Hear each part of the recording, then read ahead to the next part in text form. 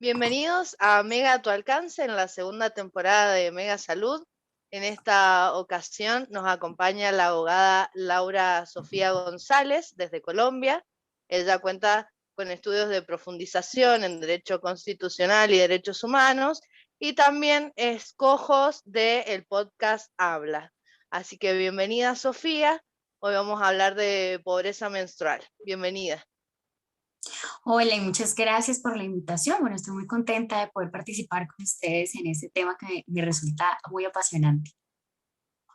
Un placer tenerte con nosotras. Así que bueno, para empezar a charlar, contanos qué es la pobreza menstrual. Bueno, para hablar un poco antes de como tal qué es el término de pobreza menstrual, vamos a hacer referencia a la menstruación, siendo un proceso que acompaña a los menstruantes más o menos desde los 12 hasta los 55 años de edad, en el cual se han realizado estudios. Por ejemplo, hay uno que realizó el Grupo de Género y Justicia Económica en Colombia, en el cual dijo que más o menos por mes una mujer utiliza entre 25 toallas y tampones, lo que equivale a 300 por año, y si se hace un estimado a lo largo de la vida de una mujer, se estima que más o menos utiliza unos 12.000 productos. Ahora, desde un punto de vista económico, anualmente el promedio de lo que gastan las mujeres en adquirir este tipo de productos está entre 20 y 25 dólares por año. Una cifra que para algunas personas sería bastante accesible, pero hay que tener en cuenta que esto no es para todos, y hacia allá es donde se encamina el término de la pobreza menstrual, siendo considerado como una falta de acceso a los productos de gestión menstrual. Y para esto, debo decirles que a lo largo de la entrevista lo vamos a ir viendo, es un término que está realmente en construcción, porque hablar de que pobreza menstrual es equivalente simplemente a la falta de acceso que hay a estos productos sería mirar el problema desde solo un ángulo muy pequeño, que más adelante pues iremos explicando.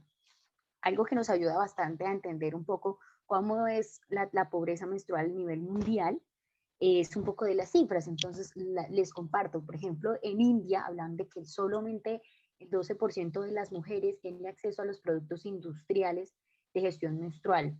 El 50% de las mujeres sabe nada o muy poco sobre su periodo.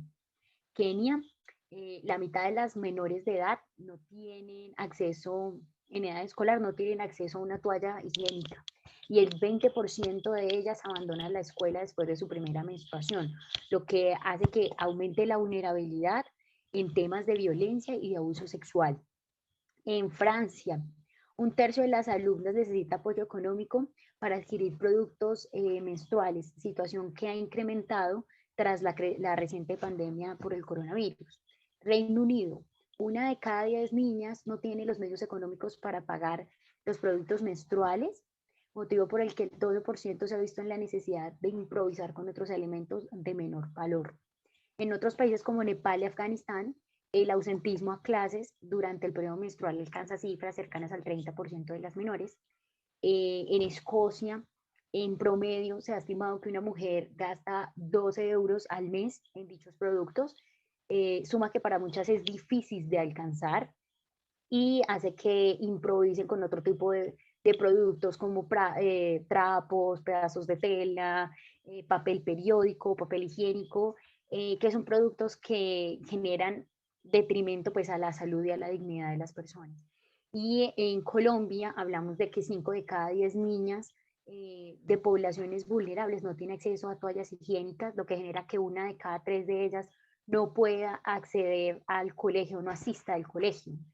Y en áreas rurales tenemos un porcentaje de que más o menos un 34% de las niñas indicaron que no saben qué es la menstruación, no tienen ni idea, ni siquiera cuando han tenido su primer periodo, y tampoco saben de dónde proviene o qué es lo que ocasiona el sangrado menstrual. Entonces, estas cifras recalcan lo que les había comentado anteriormente. La pobreza menstrual no es solamente hablar de una cuestión económica, de una falta de acceso a los productos de gestión menstrual, sino es un problema que va más allá de ver el impacto de cómo estas personas, a raíz de no tener el acceso a estos productos, ven la vulneración de otros derechos humanos, en este caso pues educación, salud, dignidad, eh, trabajo y bueno, otros que iremos desarrollando a lo largo pues de las entrevistas.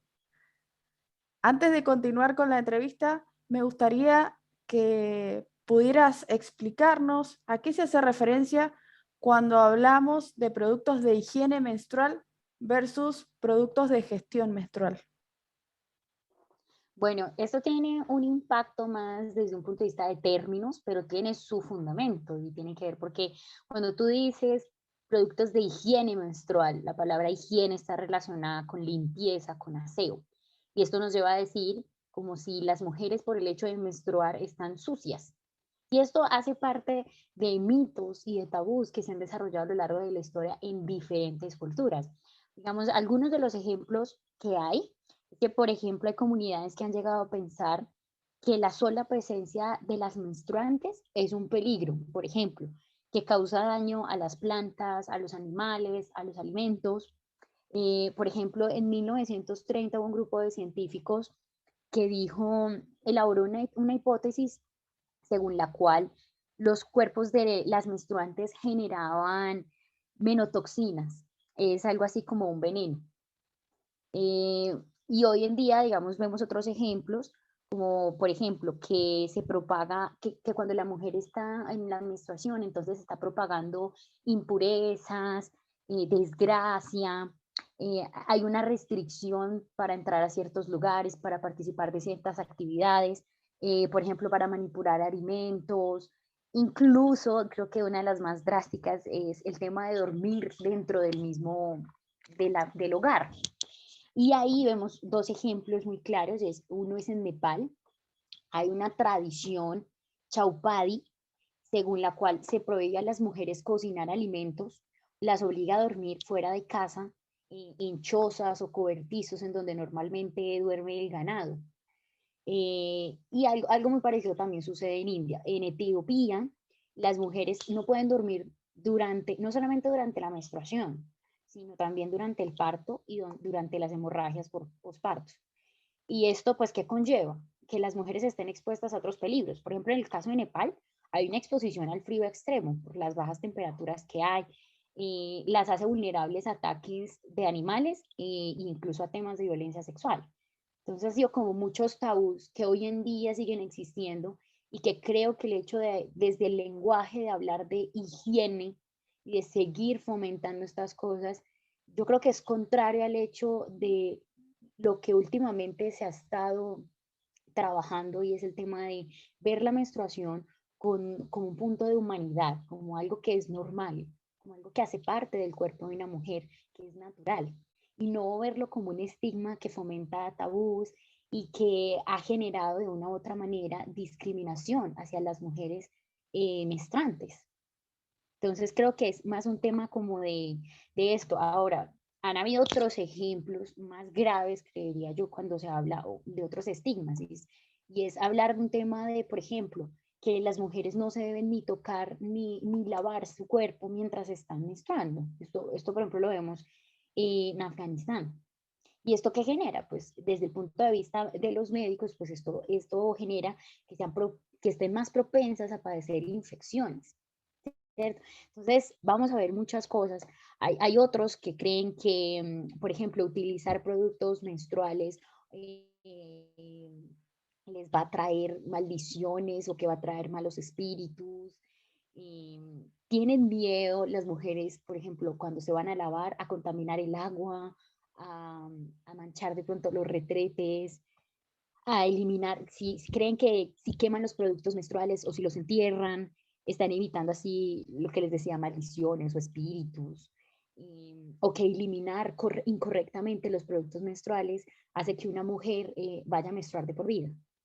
Entonces, yo creo que son cosas que a nosotros puede que nos parezcan totalmente ilógicas y sin sentido, pero que aún en muchas culturas hoy en día existen. Y esa es la razón por la cual se ha venido trabajando para cambiar el lenguaje y para ver la menstruación desde otro punto de vista. Me parece muy importante esto que mencionabas, que es algo también influye a nivel cultural, de acuerdo a dónde te encuentres, son las creencias, los mitos que existen en torno a lo que es la menstruación y lo que puede llegar a ocasionar. Me gustaría también que nos explicaras ¿cuál es el impacto que puede llegar a producir la falta de acceso a estos productos? De acuerdo, como veíamos, digamos, en las primeras estadísticas, la falta de acceso implica que hay un impacto directo en el desarrollo de la vida de una persona, en sus derechos humanos. ¿Cómo lo vemos?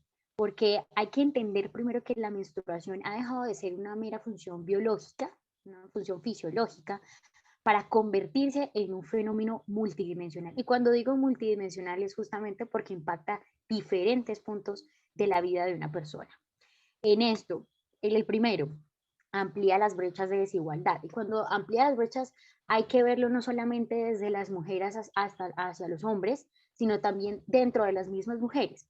¿Cómo entender esto? No es lo mismo que uno menstrue una persona que tiene los recursos suficientes para acceder a este tipo de productos a quienes están en condiciones de vulnerabilidad económica y no pueden acceder a ello. Entonces, incluso dentro de las mismas mujeres, la menstruación genera diferencias y más que diferencias, amplía esas brechas de desigualdad que ya por unas condiciones económicas se han generado. El segundo punto, impacta directamente la calidad de vida de las personas menstruantes. Y esto lo veíamos también cuando les decía que hay mujeres que al no tener recursos están intentando utilizar otros productos que incluso atentan contra su salud. O sea, realmente utilizar pedazos de trapo, pedazos de papel higiénico incluso, pues esto puede ser incluso un foco de infecciones. Entonces, empieza a rozar con otros derechos que uno diría, ok, ya solamente el hecho de no poder acceder a algo está generando un impacto directo en la vida de estas personas. Y el tercero es, ya más concretamente, es interfiere en el ejercicio de los derechos humanos de las personas. Cuando digo derechos humanos, una lista breve podría decir, interfiere en el derecho a la salud, en el derecho a la educación, el derecho al trabajo, a la vida en condiciones dignas, porque no es lo mismo garantizar la vida y otra cosa es hablar de vida en condiciones dignas. Es un estatus mucho más alto, es hablar de dignidad humana. Eh, Otro podría ser el libre desarrollo de la personalidad. ¿Y por qué? Porque el hecho de que yo solamente tenga un producto para usar o que ni siquiera tenga, esto está vulnerando mi libertad. Porque yo debería tener la posibilidad de elegir cuál es el producto de gestión menstrual que mejor se acomoda a mi estilo de vida y a mis necesidades. Y por otro lado, pues igualdad, como lo mencioné en los puntos anteriores. Y ahí quiero hacer un paréntesis muy importante. Cuando nosotros hablamos de la menstruación, es un tema que históricamente se ha asociado a la población netamente femenina. Y hoy en día eso es algo que hay como que cambiar un poco el chip. Hay que aceptar que ha habido una reinterpretación de la identidad de género. Entonces, cuando yo por lo general hablo de personas menstruantes, es el término que utilizo, es porque no solamente las mujeres cisgénero son las que menstruan. Hoy también se entiende que los hombres transgénero, que personas no binarias y otras personas también menstruan. Entonces, hay que diferenciar y separar el término, como lo decía anteriormente, que menstruación es igual a ser mujer. Ahí cierro el paréntesis y creo que ya contestamos la pregunta completa. Exactamente. Y bueno, y yendo ya hacia otro lado, ¿qué nos puedes comentar de los impuestos a los productos de higiene? Respecto a los impuestos, creo que es una problemática en el tema de pobreza menstrual. Los impuestos lo único que han hecho es agudizar más la problemática. Porque si yo estoy hablando de que hay muchas barreras para acceder a los productos de gestión menstrual, que desde un principio es una barrera económica, si yo estoy colocando impuestos, esto hace que de una u otra forma impacten los precios de los productos. Entonces, cuando yo estoy aumentando los precios, lo que hago es perjudicar al consumidor y desconocer muchas cuestiones. Entre esas, por ejemplo, hablar de que el impuesto del IVA, que es el que normalmente se está cobrando a este tipo de producto, ¿por qué? Porque es un impuesto que es productos que son de uso exclusivo de los menstruantes. No es un impuesto que grava en general a la población, ¿sí? No es como si dijéramos que vamos a colocar un impuesto sobre el agua, por ejemplo. Los productos menstruales son productos que solamente un grupo específico de la población utiliza. Entonces es como si nosotros dijéramos que las mujeres o que los menstruantes se dan el lujo de menstruar, porque el IVA normalmente en los países, estos productos tienen el IVA más alto, como si fueran productos suntuosos, productos de lujo. Y creo que aquí equiparar la menstruación a decir que es algo de lujo, no creo que los menstruantes estuvieran de acuerdo con ello. O sea, la menstruación es algo involuntario, es un proceso biológico, es algo que nosotros no controlamos. Entonces, en ese orden de ideas no podemos decir que simplemente por el hecho de menstruar, pues estamos obligados a pagar impuestos. Y esa termina siendo como una de las deducciones que uno podría hacer. Por el otro lado, pues eso termina siendo discriminatorio, porque pues es un impuesto indirecto. Cuando hablamos de impuestos indirectos quiere decir que desconoce la capacidad adquisitiva que tiene el consumidor. Entonces no es lo mismo cuando yo soy una persona que gana 10 salarios mínimos a cuando soy una persona que subsiste con un salario mínimo y que por el mismo producto ambas personas vayan a tener que pagar la misma cifra. Obviamente, para la persona que gana 10 salarios, el impacto que va a tener en su economía es muchísimo menor que para la persona que subsiste con un salario mínimo. Entonces, pues él termina incluso desconociendo una equidad vertical, la proporcionalidad que hay a la hora de cobrar los gravámenes que hace de general, pues, el Estado. Otra razón por la cual los impuestos son una cuestión negativa en el tema de la pobreza menstrual es porque los productos menstruales facilitan la participación de las personas en la vida pública, en el desarrollo de sus actividades, como lo decía anteriormente, en la educación, en el trabajo. Entonces, el hecho de no tener acceso a estos productos, pues compromete el ejercicio de los derechos, más aún cuando estamos hablando de las poblaciones de recursos pues, muy bajos. Entonces, es como una cuestión que, como decía, agudiza. Por otro lado, pues son productos de primera necesidad y yo creo que esto es un término que poco se ha querido abordar por parte de los diferentes gobiernos a nivel mundial. Y es que cómo es posible que si nosotros hablamos de que hay una canasta básica, que hay unos productos de alimentos que se supone que están exentos de este tipo de gravámenes, las toallas, los productos menstruales no hicieran parte de ello. Y hoy en día en muchos países sigue sin hacer parte de ello. Entonces, pues yo no creo, como les decía anteriormente, que una persona sin tener estos productos, sin tener al menos un mínimo, un número muy pequeño mensualmente, pueda tener una vida en condiciones dignas. Y respecto a eso, ¿por qué creo que deberían ser productos considerados o catalogados como de primera necesidad? Porque son productos que no tienen un sustituto en el mercado. O sea, son los que hay una categoría muy limitada y no hay más. No existen otras opciones más económicas. Por ejemplo, en el caso de las toallas y de los tampones, sobre todo las toallas menstruales, es la opción más económica que una persona va a encontrar. Y yo sé que hay algunas personas que dicen, no, pero la copa menstrual, claro, la copa menstrual es una opción económica a largo plazo, pero no todas las personas tienen la capacidad adquisitiva para de una sola hacer el pago y comprar una copa menstrual que sí tiene un valor mucho más elevado que lo que vale una unidad de una toalla higiénica. Entonces, pues ahí se ve una distinción. Y por el otro, pues como les decía, no existen opciones más económicas y tampoco que no estén con otros gravámenes, o sea, con otros impuestos. Incluso en algunos países se considera, por ejemplo, que la copa menstrual sí tiene impuestos, mientras que hay una distinción que las copas, los tampones no. Bueno, o sea, ni siquiera se han puesto de acuerdo respecto al tema. Y lo que les decía, realmente la menstruación es algo involuntario y no justifica de ninguna manera que a raíz de ello tengamos que adquirir pues una carga tributaria con el Estado, ¿cierto? Yo considero que es un impacto desproporcionado para los menstruantes, más aún como les decía, que es desconocer que hay unas personas que se encuentran en unas condiciones diferentes, sobre todo en las capacidades de adquisición económica distintas, por las cuales es más complicado que para otras adquirir estos productos.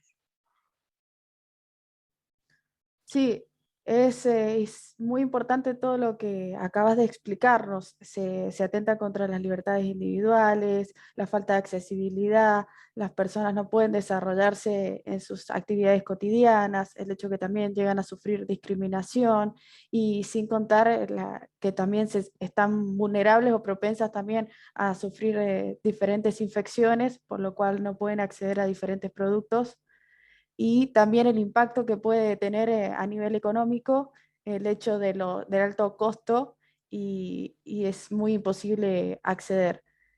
en base a todo esto que venimos desarrollando a lo largo de toda la entrevista, me gustaría también que nos brindaras, por ejemplo, cuáles serían las posibles soluciones que podríamos llegar a encontrar a lo que hace pobreza menstrual para mitigar esta dificultad que hay.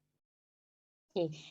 Pues como lo planteé desde un principio, el tema de la pobreza menstrual va más allá simplemente de una barrera de tipo económico, sino que es un fenómeno multidimensional, respecto del cual tendremos que plantear soluciones en todas esas aristas que presenta. Entonces, por ejemplo, respecto al tema de los impuestos, ¿qué nos deja de enseñanza esto?